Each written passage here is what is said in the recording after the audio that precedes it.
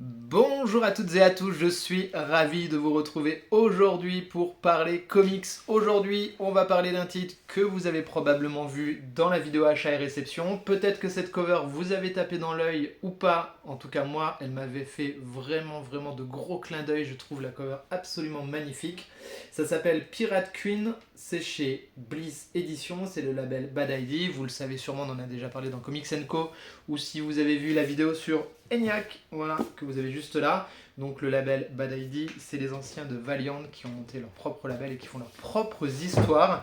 Et vous saviez que j'avais adoré ENIAC et donc j'avais envie de lire ce Pirate Queen, vraiment attiré par cette cover et le début de l'histoire. Alors, autant vous le dire tout de suite, c'est un énorme coup de cœur, j'ai adoré ce titre-là et je vais vous détailler un petit peu pourquoi, mais je vais vous montrer un petit peu déjà les planches.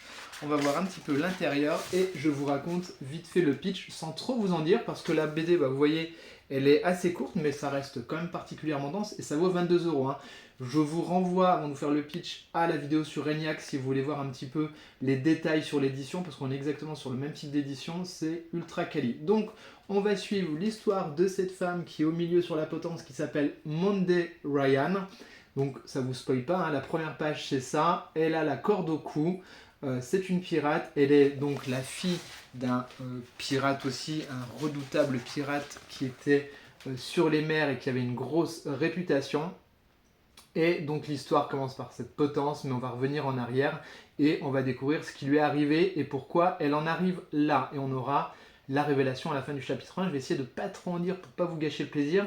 Néanmoins, on va apprendre tout doucement qu'elle est enceinte parce que, elle fait une belle rencontre sur les mers, elle tombe amoureuse, elle tombe enceinte et c'est ce qui va la sauver de la potence.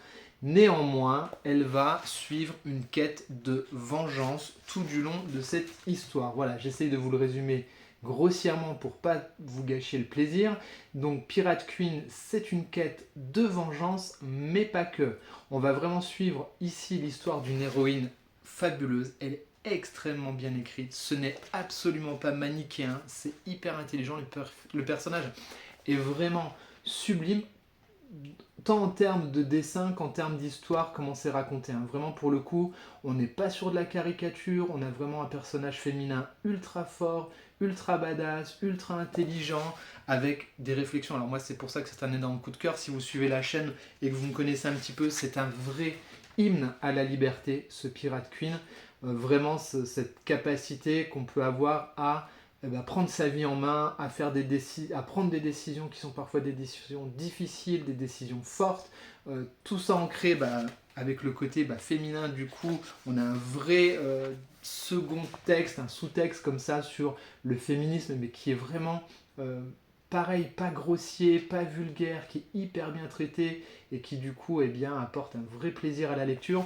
On a une galerie de personnages qui est hyper intéressante et qui est bien traitée, même si le récit est court, on a juste ce qu'il faut et on a un méchant qui est absolument génial aussi, qui est un vrai méchant. Je vous renvoie à la vidéo sur Judas justement où on parle justement de cette figure du méchant, qu'est-ce que ça apporte dans une histoire, et ici dans Pirate Queen on a vraiment un méchant très puissant et qui durant cette vengeance et cette quête pour sa liberté, on va voir tout ça le long de ce Pirate Queen. Vraiment, c'est magnifique. En termes de dessin, vous le voyez, on a à la fois quelque chose qui se rapproche de la BD franco-belge avec cette presque ligne claire, mais on a quand même les apports du comics, notamment par certains découpages ultra dynamiques dans la narration visuelle.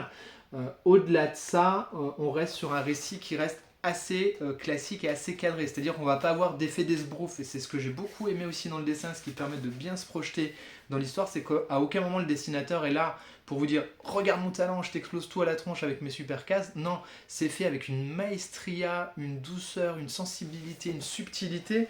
Je vous montre ces pages-là, regardez-moi ça comme c'est beau. À la fois cette espèce de grande page comme ça, ce grand champ comme ça avec le nuage, la mer, le bateau en fond, notre héroïne, ou alors sur des grandes pages. Alors là c'est une page de cover, mais c'est absolument sublime. Regardez-moi ça, ce dessin là, comment c'est détaillé, fin, subtil, élégant, et pourtant on est sur des choses assez dures. Ça m'a forcément fait penser à du Kill Bill, on va pas se mentir, ça fait penser tout du long, c'est un peu un espèce de crossover Tarantino au pays des pirates, quoi. Franchement, s'il devait faire quelque chose au pays des pirates, un thème qu'il a jamais exploré, eh bien je pense que là, on y serait. Regardez-moi ça, ce genre de page, avec à la fois ce premier plan, cet arrière-plan, enfin, vraiment, on a un sens du cadrage et du dessin qui est génialissime, l'écriture est géniale, la mise en couleur est géniale, c'est un énorme coup de cœur que ce titre-là, je ne peux que vous le recommander. J'ai eu du mal à le trouver parce que je crois qu'il est peut-être tombé en rupture. Regardez-moi ça, pareil, le découpage, comme je vous dis, à la fois classique et à la fois dynamique, avec ses fonds bleus, mais qui ramènent tout de suite à quelque chose, à un autre dessin. Vraiment, c'est sublime. Les personnages sont bons, l'histoire est bonne, c'est intelligent, c'est pas con, c'est fun. Ça vaut 22 balles, l'édition elle est magnifique. Franchement, c'est un super cadeau à vous faire ou à faire pour les fêtes de fin d'année. Il sera dans ma vidéo recommandation pour les fêtes de fin d'année. Pirate Queen, c'est ma deuxième lecture chez Bad ID, chez Bliss, et là pour le coup je suis vraiment ravi. Donc j'ai encore Tankers à lire, sauf seul petit détail par rapport à ENIAC, c'est que vous n'avez pas quelques planches découvertes des autres titres, parce que ça je l'avais précisé, mais franchement c'est du tout bon. Tout bon, tout bon. Si vous aimez les récits de pirates, si vous aimez les récits intelligents avec des personnages forts, avec des histoires sur la liberté qui font réfléchir tout en étant sur quelque chose de fun, avec un côté série B mais totalement assumé et qui fonctionne très très bien, jetez-vous sur ce titre, franchement, vous ne regretterez pas. Dites-moi en commentaire d'ailleurs si vous avez lu ce titre ou si c'est un titre que vous aviez repéré ou pas. Je suis curieux d'avoir vos retours sur ce titre-là. Si vous découvrez la chaîne avec cette vidéo, n'hésitez pas à vous abonner. Vous pouvez liker, vous abonner, partager, etc., etc. Ça fait super plaisir. Moi, je vous dis à très vite pour de prochaines vidéos et prenez soin de vous et vive les pirates. Ciao, ciao.